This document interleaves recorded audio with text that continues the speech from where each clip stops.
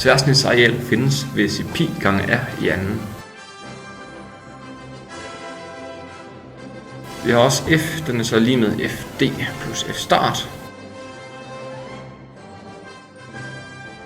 Og f, den er lige med massen gange accelerationen. F start er lige med m gange dv dt. Og vi har så v er lige med x gange t. V i anden, som er lige med v0 plus 2a, er længden.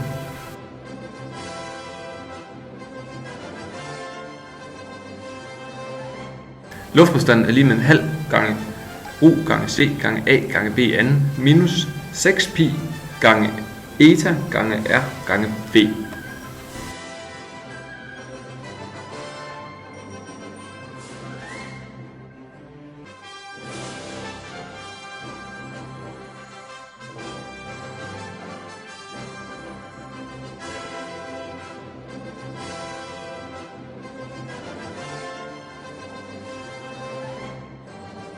Det er altså resultatet af rho, som er 1,204 kg per kubikmeter.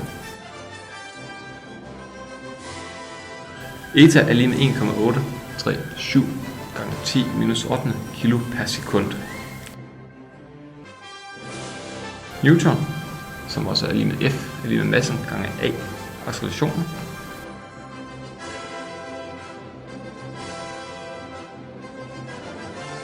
Og kuglens vægt er 3,2 gram, eller 3,2 gange 10 minus 3 kilo.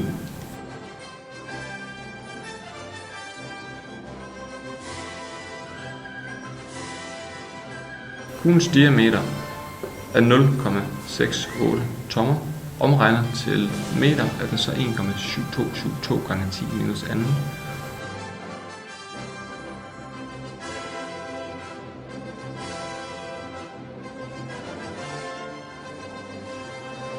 Og farten er lige med 91 meter i sekundet.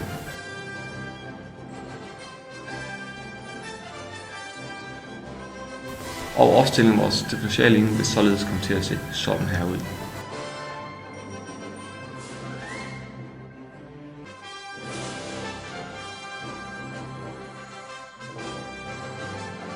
Opgave 2.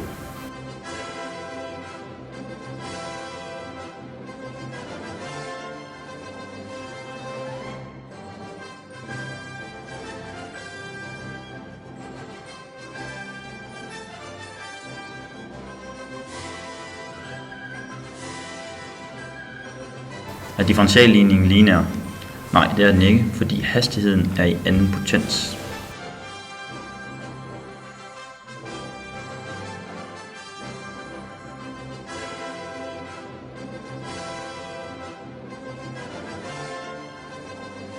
For at løse differentialligningen skal der anvendes separation og partiel integration.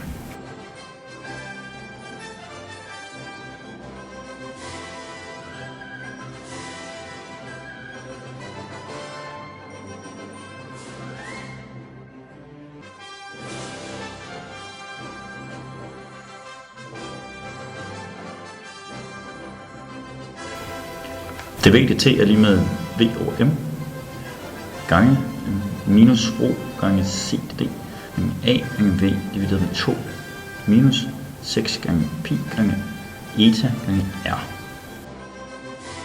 Derefter bruger vi separation, hvor vi får minus 2m integralet af 1 over v parentes rho gange c d gange a gange v plus 12 pi gange r gange eta dv er lige med integralet dt.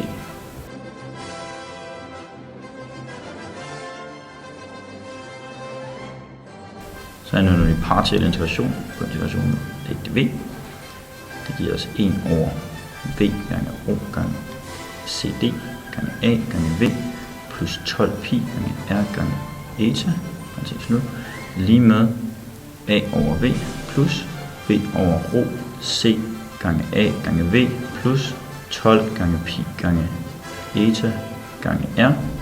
For at det er gældende er 1 lige med a gange rho gange c gange a gange v plus 12 pi gange eta gange radius plus v gange v.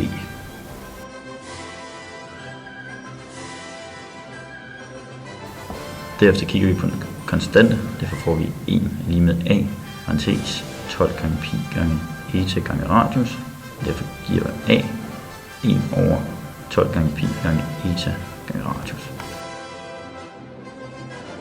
Vi kigger på koefficienten for v, det giver 0, skal være lige med a, parentes ro gange c gange a, parentes plus b, det giver b er lige med minus ro gange c gange a, divideret med a, vi fandt lige før, som er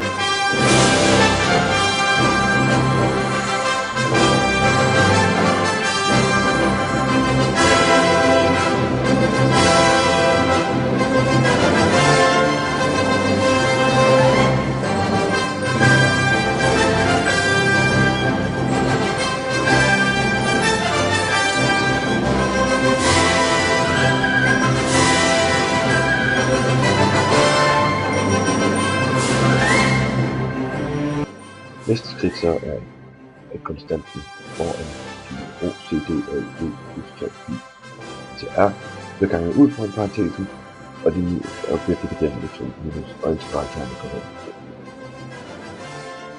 Og så er det første led, og dividerer igen med 2 over i konstanten ud fra parentesen.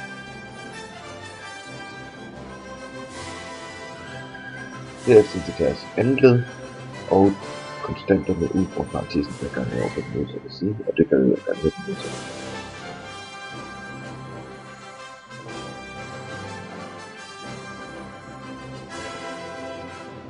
Derefter sættes de to led på venstre side af lighedstegnet på fælles brøkstreg. Det kan gøres ved at bruge logaritmeregler, og på højre side af lighedstegnet skætter.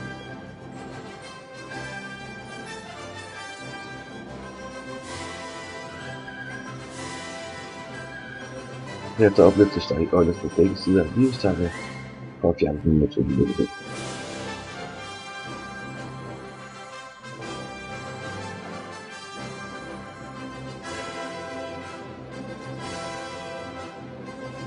Herefter isoleres den første del, ved at fjerne konstanterne fra underbrygningen på den anden side af lighedstegnet.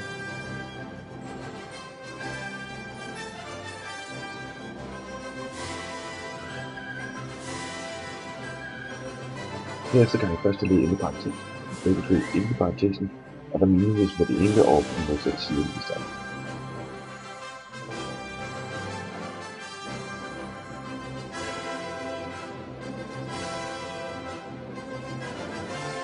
Derefter sættes v ud i parentes, og kommer det med til sidst at isolere v.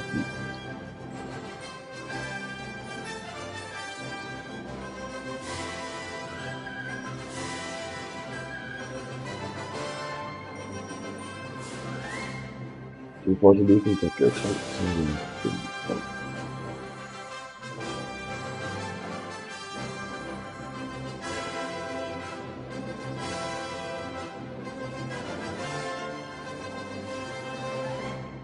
Opgave 4.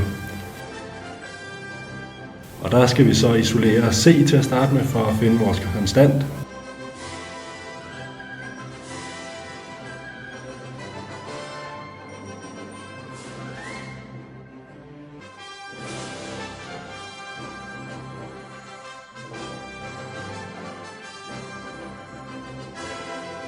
Og det gøres ved at som ses på ligningen. Og den bliver så lig med minus 9.554.205.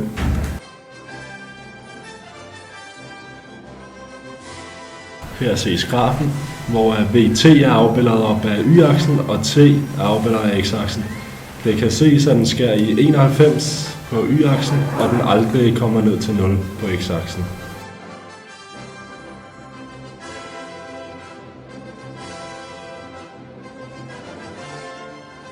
Konstanten C1 indsætter vi så i ligningen for V, og derved fås at V til tiden 0,1 sekund er lig med 76,5657198627 meter per sekund.